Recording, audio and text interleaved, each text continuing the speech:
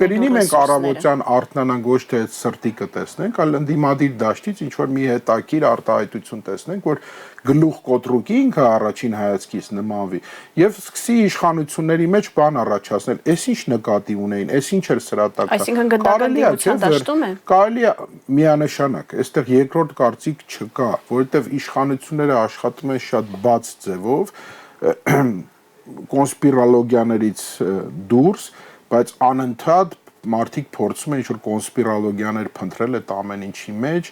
շահարկումների մեխանիզմն էլ այնքան արագ է սկսել, այդ թափանիվը այնքան արագ է սկսել աշխատել, որ լսեք, հնարավոր է ընդհանրապես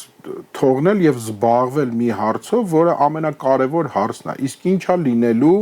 Փաշինյանից հետո։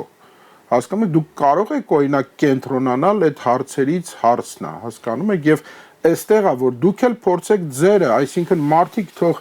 ոնց ասեմ, այդ լրահոսը բացեն, առաջինը ձեր դեմքը տեսնեն։